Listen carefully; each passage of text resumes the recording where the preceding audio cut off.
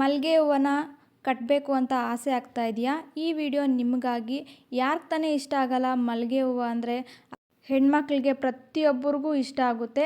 ಅದೇ ರೀತಿ ಕಟ್ಟಬೇಕು ಅಂತ ನಾವು ಕಲಿಬೇಕು ಅಂತ ಆಸೆ ಇರುತ್ತಲ್ಲ, ಅಂಥವ್ರಿಗೆ ಈ ವಿಡಿಯೋ ತುಂಬ ಸಿಂಪಲ್ ಮೆಥಡಲ್ಲಿ ತೋರಿಸ್ಕೊಡ್ತೀನಿ. ಬನ್ನಿ ವಿಡಿಯೋನ ಸ್ಟಾರ್ಟ್ ಮಾಡೋಣ.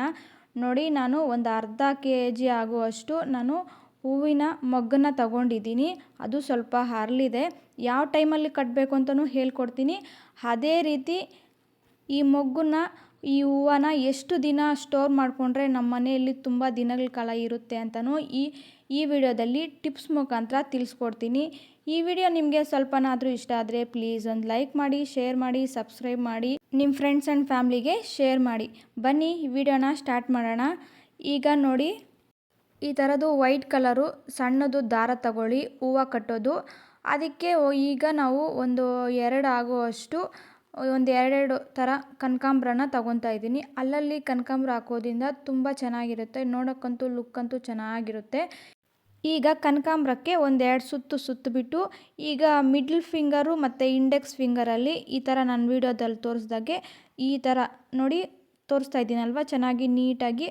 ಆಗ ಆ ಇಂಡೆಕ್ಸ್ ಫಿಂಗರಲ್ಲಿ ಲೆಫ್ಟ್ ಹ್ಯಾಂಡಲ್ಲಿ ಆ ಥರ ಎಳ್ಕೊಂಡು ನಿಧಾನಕ್ಕೆ ಈ ಥರ ಎಳ್ಕೋಬೇಕು. ಜಾಸ್ತಿ ಫೋರ್ಸ್ ಆಗೂ ಎಳಿಬಾರ್ದು, ಅದು ಮೊಗ್ಗನ್ನೋದು ಮುರಿದೋಗುತ್ತೆ.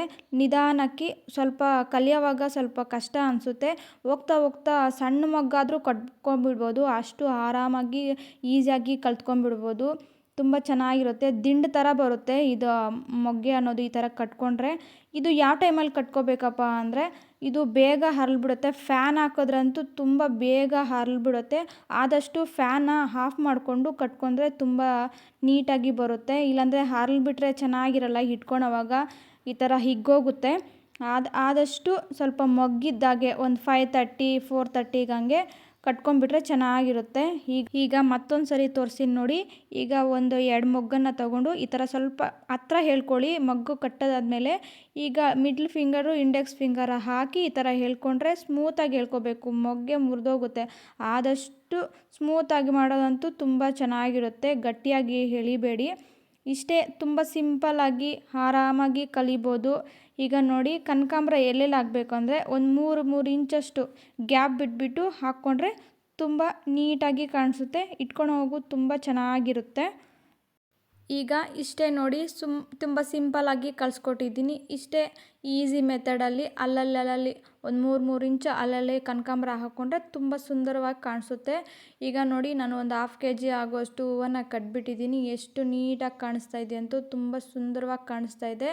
ಇವಾಗ ಇದನ್ನು ಯಾವ ರೀತಿ ಸ್ಟೋರ್ ಮಾಡಿಕೊಂಡ್ರೆ ತುಂಬ ದಿನ ಇರುತ್ತೆ ಅಂತ ಹೇಳ್ತೀನಿ. ಈ ಮೆಥಡನ್ನ ನಾನು ಯೂಸ್ ಮಾಡ್ತೀನಿ, ನಿಮಗೂ ಯೂಸ್ಫುಲ್ ಆಗಲಿ ಅಂತ ಈ ವಿಡಿಯೋದಲ್ಲಿ ಶೇರ್ ಮಾಡ್ಕೊತಾ ಇದ್ದೀನಿ. ಈಗ ಒಂದು ಚಿಕ್ಕದು ಸ್ಟೀಲ್ ಬಾಕ್ಸ್ನ ತಗೊಳ್ಳಿ. ಅದರ ಮಧ್ಯದಲ್ಲಿ ಒಂದು ಟಿಶ್ಯೂ ಪೇಪರ್ನ ಹಾಕಿ ಒಂದೇ ಒಂದು ಚೂರಷ್ಟು ನೀರನ್ನು ಚಿಮ್ಕಿಸ್ಬೇಕಷ್ಟೇ, ಒಂದೇ ಸ್ಪ್ರೇ ಥರ ಮಾಡಿ. ಅದರ ಮಧ್ಯದಲ್ಲಿ ನಾವು ಹೂವು ಏನು ಕಟ್ಟಿರ್ತೀವಿ ಮೊಗ್ಗೆನ, ಅದನ್ನು ಇಟ್ಬಿಟ್ಟು ಅದ್ರ ಮೇಲೆ ಒಂದು ಟಿಶ್ಯೂ ಪೇಪರ್ ಹಾಕಿ ಕ್ಲೋಸ್ ಮಾಡಿಬಿಡಿ. ಇಷ್ಟೇ ಸಿಂಪಲ್ ಮೆಥಡು.